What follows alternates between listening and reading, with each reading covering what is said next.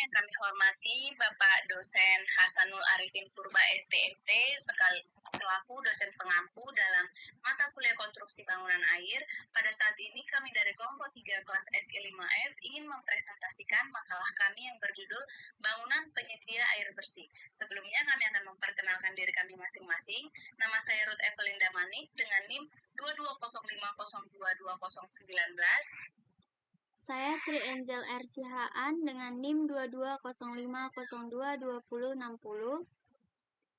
Saya Regi Saat Tamunan dengan NIM 2205022078.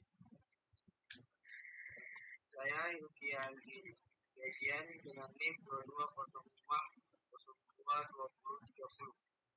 Selanjutnya kita masuk ke dalam materi kita, bangunan penyedia air bersih.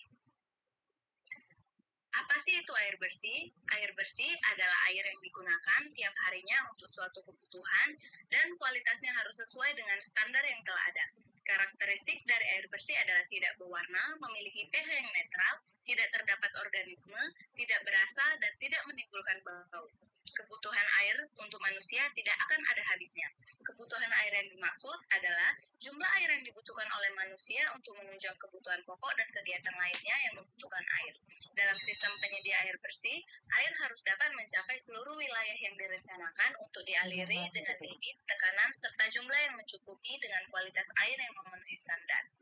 Kerusakan lingkungan juga menyebabkan sumber air di perkotaan ataupun air di sekitar kita semakin tercemar. Krisis air disebabkan oleh pertumbuhan penduduk yang semakin banyak, lemahnya pelayanan PDAM, dan pergantian musim yang kontras. Krisis air bersih berpotensi menyebabkan konflik sosial, terutama ketika semakin banyak warga miskin yang kehilangan akses terhadap air. Perusahaan daerah air minum atau PDAM yang didirikan dengan maksud untuk memberikan jasa pemerintah terhadap masyarakat. Pegawai perusahaan daerah air minum PDAM sebagai abdi masyarakat yang membantu memberikan pelayanan terhadap penyedia air bersih. Ketaatan, semangat, dan disiplin untuk tugas-tugasnya yang sesuai dengan keahliannya masing-masing sehingga dapat memberikan pelayanan yang baik kepada pelanggan serta memberikan kepuasan. Analisis kinerja pelayanan dialisis berdasarkan Kepemendagri nomor 47/1999 terhadap aspek keuangan, operasional, dan administrasi. Analisis analitik hierarki proses atau AHP digunakan untuk menetapkan faktor dominan yang mempengaruhi kinerja pelayanan air bersih.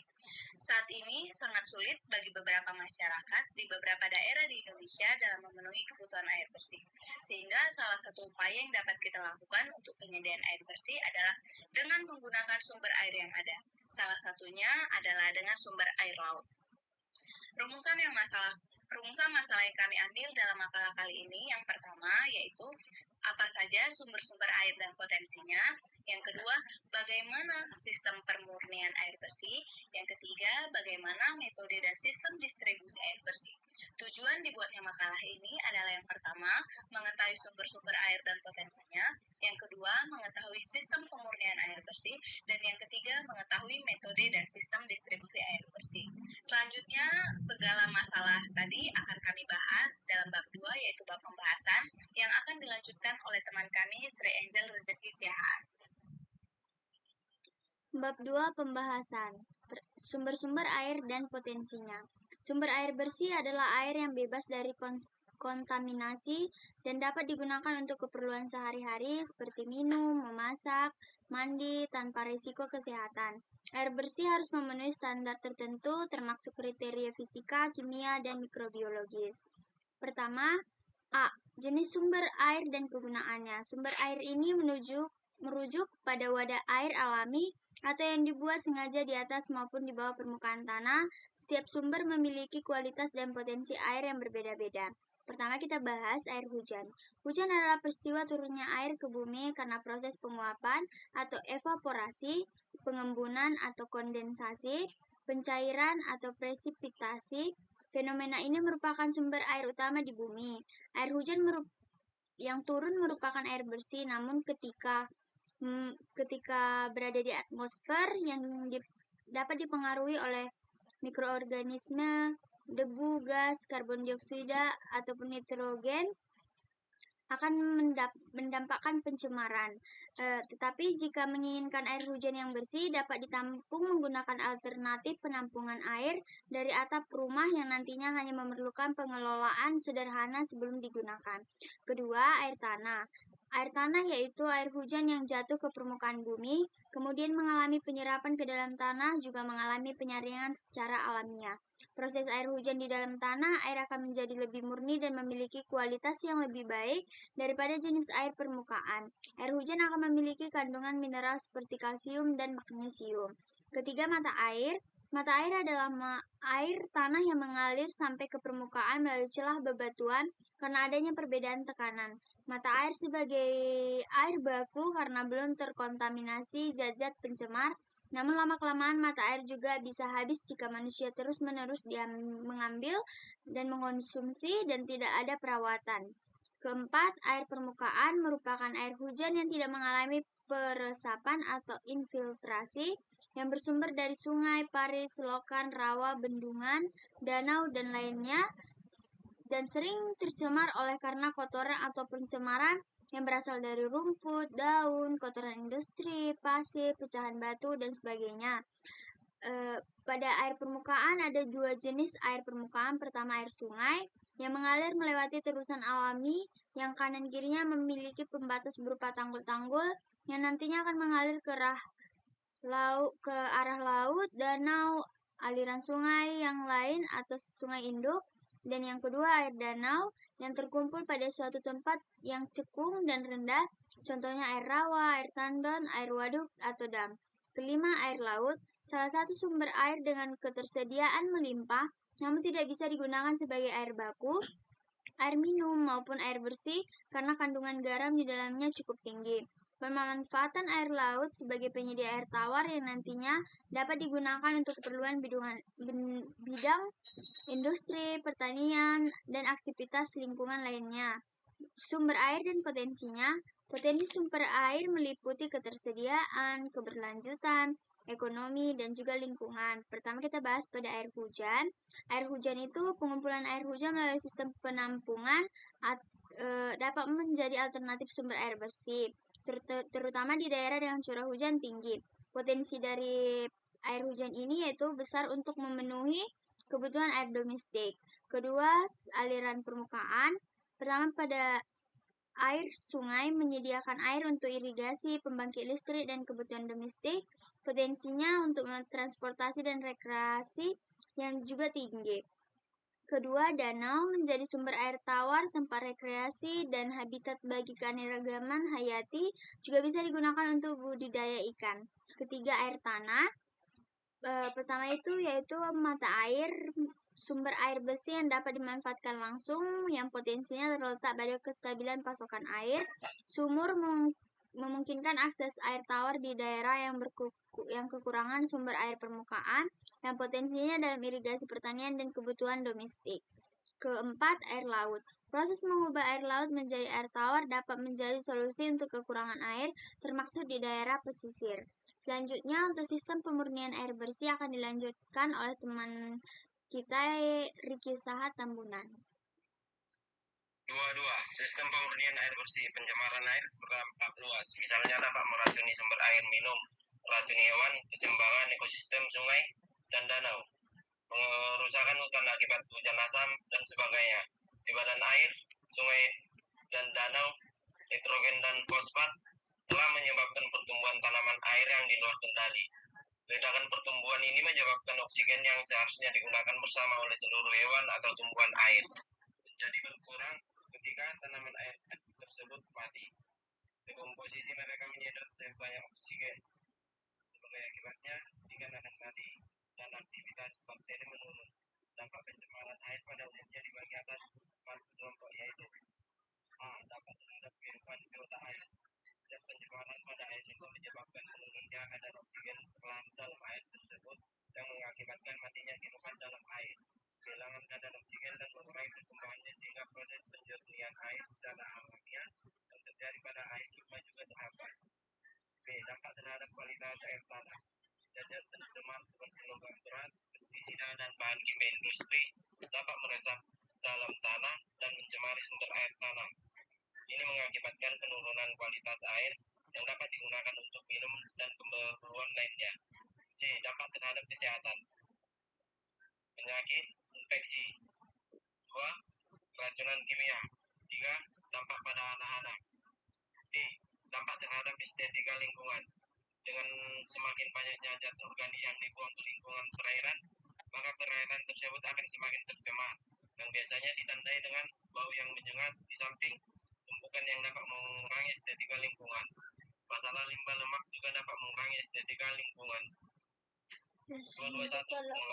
Pengelolaan air bersih.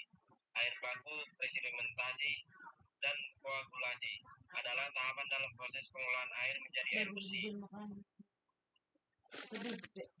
Air baku. Sumber air yang diolah menjadi air bersih. Koagulasi. Koagulasi adalah tahapan pertama dalam pengolahan air, yaitu pencampuran koagulan ke dalam air baku dengan kecepatan tinggi. Koagulan membantu pengendapan partikel-partikel kecil yang tidak dapat mengendap secara gravimetrik atau gravitasi. 3. Sedimentasi. Sedimentasi adalah tahapan pengendapan air yang memanfaatkan gaya tarik gravitasi bumi. Partikel-partikel yang memiliki massa jenis lebih tinggi dari air akan mengendap di dasar air. Air bersih dimanfaatkan oleh PDAM untuk memenuhi kebutuhan air bersih di tengah-tengah masyarakat. Langkah-langkah PDAM mengolah air bersih sebagai berikut. 1. Pada tahapan pertama, air dialirkan ke bak sedimentasi. Tahapan ini untuk memisahkan air dengan lumpur yang dibantu oleh gaya gravitasi tadi. 2. Tahapan koagulasi dan flokkulasi. Tahapan ini, air dicampur dan diaduk dengan zat kimia yang disebut tawas. Tawas berfungsi untuk menggumpalkan kotoran yang berada di dalam air. 3. Tahap sedimentasi, yaitu pemisahan air dengan lumpur. Tahap kedua juga dibantu oleh gravitasi. Kemudian gumpalan air dipisahkan kembali menggunakan gaya gravitasi pada bak sedimentasi, sehingga aliran air yang di bagian permukaan lebih bersih setelah dibantu gaya gravitasi tadi. Tahapan 4, tahapan filtrasi, yaitu penyaringan air untuk memisahkan butir-butir atau mikroorganisme yang tidak terpisah saat sedimentasi. Air disaring dengan saringan pasir dan kerikil untuk memisahkan mikroorganisme dan kotoran kecil yang tidak terpisah pada tahap sedimentasi. 5. Tahap reservoir, yaitu penyimpanan air sementara.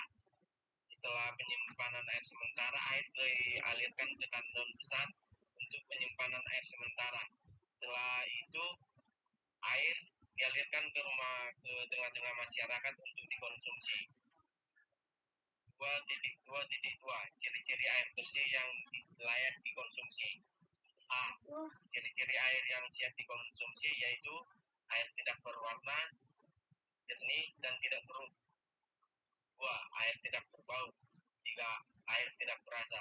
Untuk memastikan air bersih dapat melakukan pengolahan air dengan cara dimasak terlebih dahulu dan juga melakukan pemeriksaan kandungan air secara manual dengan membawa contoh air ke tempat yang dapat melakukan pemeriksaan. Ciri-ciri air yang tidak layak dikonsumsi. Air yang baik adalah air yang mengandung mineral seperti besi, mangan, dan mineral lainnya. Dalam jumlah kecil zat besi dibutuhkan oleh tubuh guna pembentukan sel darah merah, namun jika kandungan melebihi batas akan mengakibatkan gangguan pada tubuh.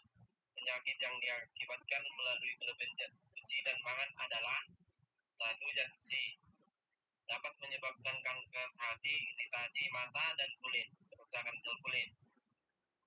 Dapat menyebabkan masalah perpipahan karena zat besi yang menumpuk dan menyumbat. Dapat menyebabkan pewarnaan merah kecoklatan pada cucian. Jika disimpan dalam tubuh selama beberapa tahun dapat menyebabkan kerusakan parah hingga menyebabkan kegagalan organ dan beberapa penyakit kronis. 2. Mangan dapat mengganggu otak dan menyebabkan berkurangnya kemampuan untuk berpikir jernih. 2. Dapat menyebabkan kerusakan otak secara permanen apabila mangan dengan kadar tinggi terserap oleh tubuh selama jangka waktu yang lama. 3. Dapat menyebabkan masalah kesehatan bagi bayi yang diberi susu formula beras dan kedelai. 4. dapat menyebabkan noda hitam kecoklatan pada cucian, porselen, piring, peralatan, dan bahkan gelas. 5. Dapat menyebabkan efek samping yang serius jika dikonsumsi dalam dosis yang lebih tinggi. Selanjutnya, saya lanjut kepada teman saya, Andi Jagian.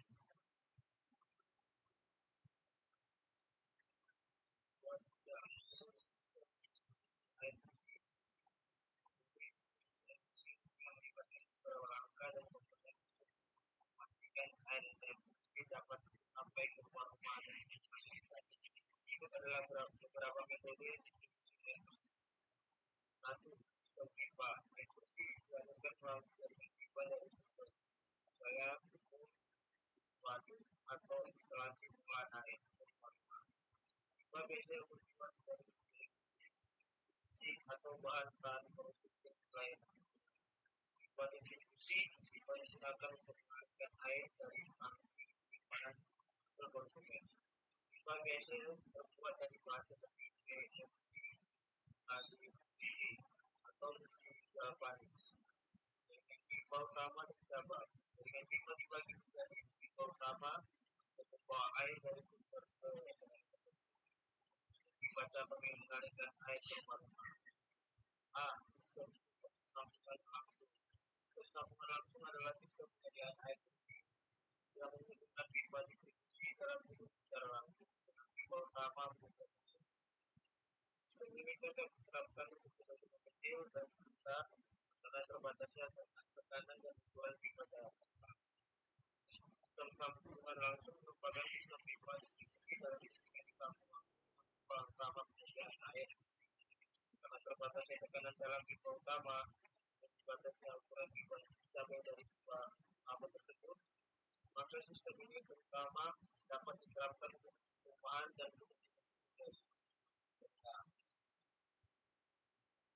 sistem tangki atap.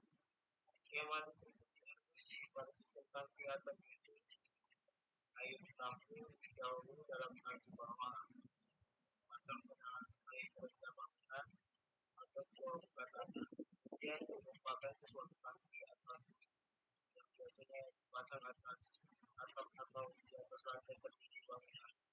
Sistem tangki dapat diterapkan sekali karena alasan. Satu, selama air yang digunakan, tujuan tekanan pada alat pelampung yang tidak berarti. Tujuan tekanan ini adalah akibat perubahan muka air dalam tangki atap. 2. Sistem pompa yang menaikkan air ke tangki atap bekerja secara otomatis dan secara sangat sederhana. 3. Betul sekali kondisinya bulan menunjukkan. Pompa biasanya dijalankan dan dimatikan oleh alat yang bertindak fisik juga dalam tangki atap. Ya, perawatan tangki atap sangat sederhana dibandingkan dengan tangki tekan. 4. Tangki bawah dan tangki atap harus dipasang alat yang memberikan tata suara untuk buka air rendah, tanda suara atau alarm. Biasanya dipasang di ruang kontrol atau ruang pengawas. Sistem tangki tekan. Tangki tekan diterapkan dalam keadaan di mana dapat menggunakan sistem tampungan. Sistem tangki tekanan adalah sistem penggunaan air bersih dan di bawah untuk air dan udara. Untuk mendeteksi udara di dalamnya.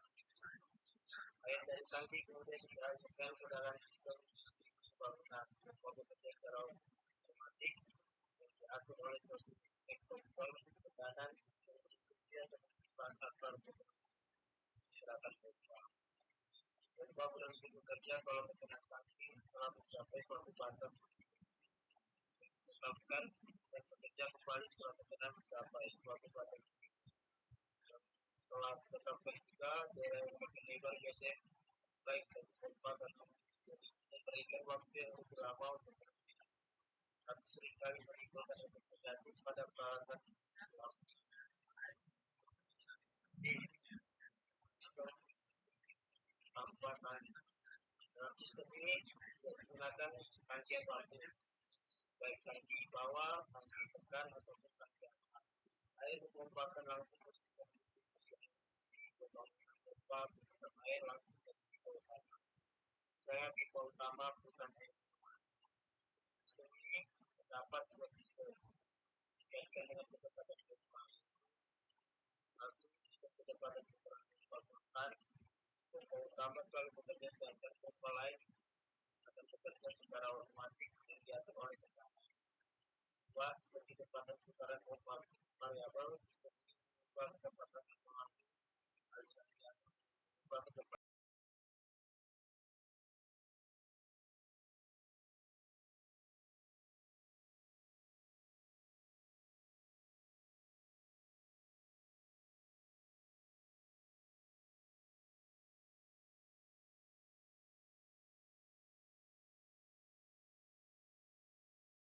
Karena tidak ada kegiatan yang memakai daya besar, tidak ada kegiatan pada kepercayaan, investasi awal besar. Dua, sistem distribusi adalah metode distribusi air bersih yang digunakan untuk pengalihan air ke atas dalam sistem ini. Sumber atau tangki penampung yang pompa ketika atas harus kita jamin masukkan air yang cukup pada sistem air dapat mengalir dengan tekanan yang lebih baik pelanggaran untuk dipasang dan dikelola. Memerlukan lebih banyak energi pompa utama supaya mengalir air ke atas terhadap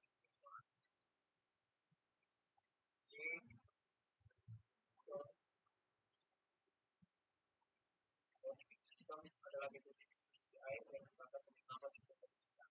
Mana air dialirkan dari atas ke bawah, sistem ini mengandalkan stabilisasi untuk mendistribusikan air ke berbagai bagian pada sistem ini. Air ditampung terlebih dahulu di dalam tangki bawah atau grounding, lalu dipompa ke tangki atas atau lain yang dapat dipasang di atas atap atau di lantai paling tinggi dari bangunan dari tangki. Dari tangga atas distribusi ke seluruh bagian bangunan tangga tersebut. Jadi apabila air yang digunakan secara perubahan tekanan dapat terjadi pada sistem pelampung. Pompa menaikkan air bersih ke tangki atas dengan otomatis. Untuk sederhana, sehingga kesulitan dapat dihindari.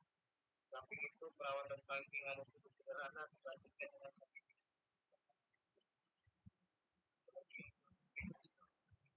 Sekian energi karena menggunakan gravitasi. Dengan tangki atas, tekanan air lebih konsisten. Jadi cenderung lebih mudah dikelola dan dirawat. Kurangan sistem. Kita sistem ini dapat mengurangi keterbatasan kebocoran di pipa distribusi atau dapat menyebabkan masalah di bawah. Dan sistem pompa gunakan mengalirkan air reservoir atau sumber air ke pipa distribusi. Gantung pada kebutuhan tekanan dan volume air bagi pompa. Masing-masing dilengkapi dengan beberapa pompa untuk kualitas air yang stabil. Pompa air digunakan untuk mengalir air dan reservoir atau sumber air ke pipa distribusi. Sistem pompa fasilitas yang dilengkapi dengan beberapa pompa untuk memastikan masukan air yang stabil. Sistem distribusi terpusat. Sistem ini menggunakan satu sumber utama untuk mengalirkan air ke area yang lebih luas. Kontrol jarak jauh. Sistem distribusi dilengkapi dengan teknologi kontrol jarak jauh yang mengatur aliran dan mendeteksi kebocoran. Sistem distribusi eksploitasi. Sistem modular digunakan di daerah pedesaan atau yang tidak terjangkau. Manajemen hujan di beberapa daerah. Manajemen dan pemeliharaan. Pantauan kualitas air, melakukan penelitian untuk memastikan air didistribusikan tetap memenuhi standar kualitas. Perawatan sistem penyiaran berkala terhadap pompa dan tangki.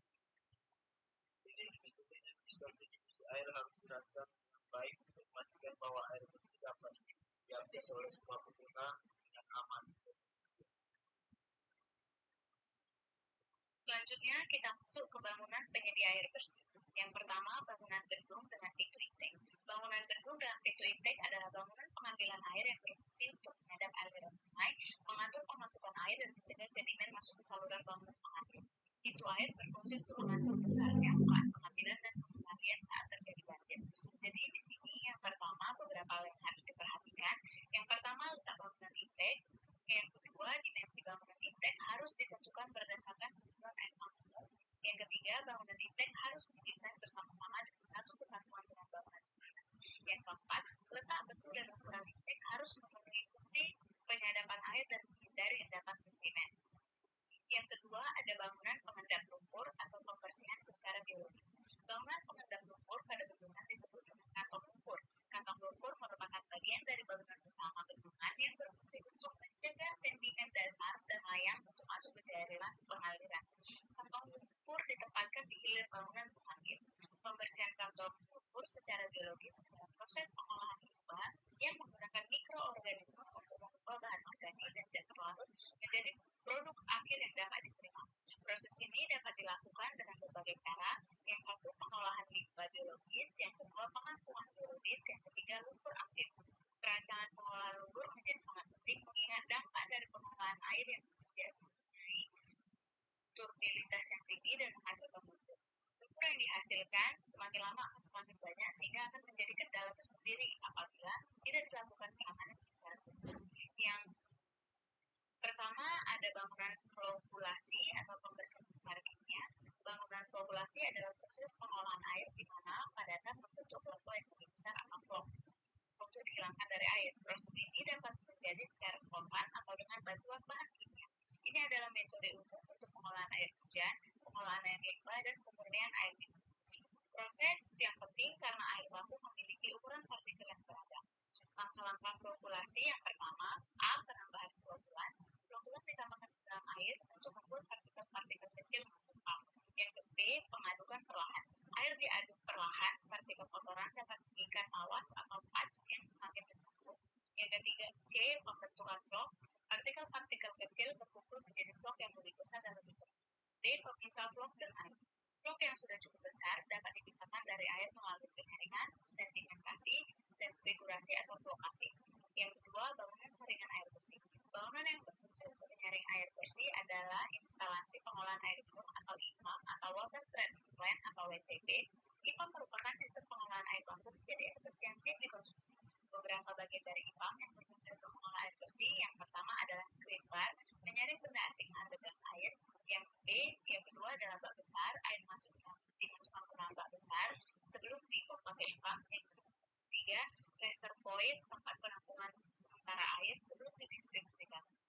Beberapa proses yang dilakukan di IPAM untuk pengolahan air bersih adalah A. Proses ozon, B. Proses reverse osmosis, C. Proses UV filter atau ultrafiltrasi, yang D adalah carbon filter, yang E. Proses sedimentation, yang F. Proses aeration, yang G. Custom bacteria, yang H. Proses equalization.